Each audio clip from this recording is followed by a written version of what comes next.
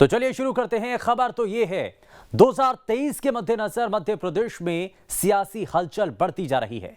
कांग्रेस और बीजेपी अब दोनों जमीनी तैयारी में जुट चुकी हैं। किसकी क्या तैयारी है, पूरी रिपोर्ट आप देखिए।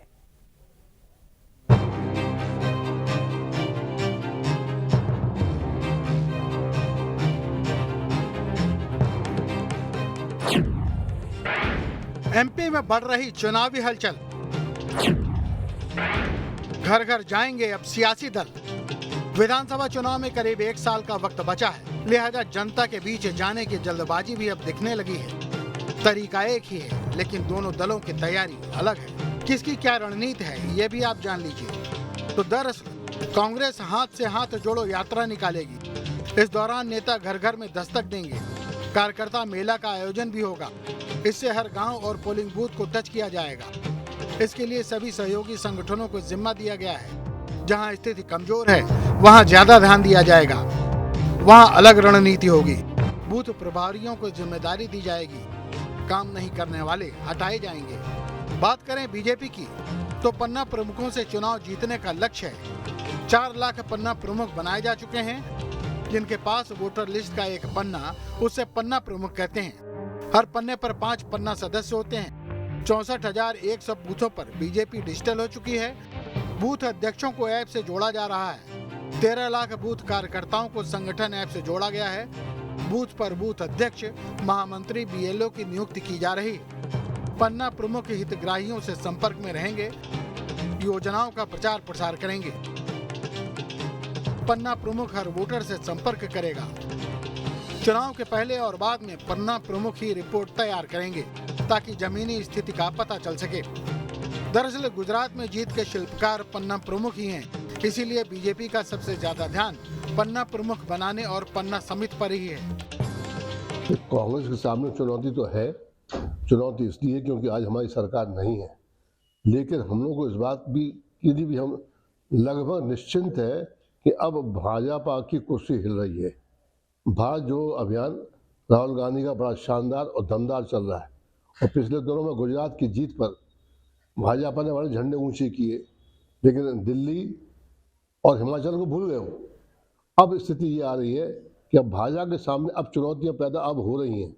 मध्य प्रदेश में भी तमाम ऐसी परिस्थितियां बन रही हैं जिससे आम जनता भारतीय जनता पार्टी से नाराज है, चाहे किसान हो, चाहे मजदूर हो, चाहे आम आदमी हो। मुझे तो ऐसा नहीं लगता कि कोई भारतीय जनता पार्टी के सामने चुनौती है। Bharatiya Janata party election mood में हमेशा रहती है और उसकी अपनी तैयारी चलती रहती है। ये बूथ मजबूत की जो कल्पना है, परिकल्पना है, वो सिर्फ चुनाव जीतने की दृष्टि से नहीं है। भारतीय जनता पार्टी की संगठनात्मक दृष्टि से ये एक अवधारणा तय की गई है, एक कंसेप्ट आया है कि हमारा स्वावलंबी शक्ति केंद्र हो, आत्मनिर्भर मंडल हो और मजबूत बूथ हो। तो हमारे मंडल बहुत सक्षम है। खास बात यह है कि कांग्रेस और बीजेपी दोनों का ध्यान वोट शेयर बढ़ाने पर ज्यादा है। कम से कम 10% का गैप रखने की कोशिश है, ताकि सत्ता मिलने में दिक्कत न हो। अब सवाल है कि आखिर वोट प्रतिशत बढ़ाने पर इतना जोर क्यों है। तो कहा जा रहा है कि 2018 में वोट शेयर का बड़ा खेल दिखा था। ज्यादा वोट लाकर भी बीजेपी सत्ता से दूर हो गई थी। कम वोट लाकर कांग्रेस सत्ता में आ गई थी। 2013 के बाद से बीजेपी का वोट शेयर घट रहा है, कांग्रेस का वोट शेयर बढ़ रहा है। जब तक गैप बड़ा नहीं होगा, तब तक बम्पर बहुमत मिलना मुश्किल है। इसलिए दोनों पार्टियां 2023 में वोट शेयर में ज्यादा गैप रखना चाहती हैं, ताकि सत्ता के समीकरण उनके पक्ष में रहें। 2018 असेंबली इलेक्शंस में मध्य प्रदेश के दोनों मुख्य दल बीजेपी और कांग्रेस का वोट शेयर लगभग बराबर था। इसलिए दोनों ही पार्टीज वोट शेयर को बढ़ाने पर ज्यादा फोकस कर रही हैं। हालांकि कांग्रेस के द्वारा जो स्टेप लिए जा रहे हैं वो पब्लिक तक या वोटर तक कनेक्ट करने का एक बड़ा माध्यम है। भाजपा इस चीज को बूथ लेवल तक पहुंचाने में पहले से ही लगी हुई है, लेकिन दोनों पार्टीज के सामने एक बड़ी चुनौती है कि जो उनके सिटिंग एमएलए हैं उसमें बहुत सारी संख्या में ऐसे हैं जिनके खिलाफ पब्लिक में एंटी इनकम्बेंसी है। अब आपको वोट शेयर की जानकारी भी देते हैं। इससे यह भी साफ हो जाएगा कि आखिर वोटों का गणित कितना बड़ा फैक्टर है। तो दरअसल 2013 में बीजेपी को 44.88% और कांग्रेस को 36.38% वोट मिले थे।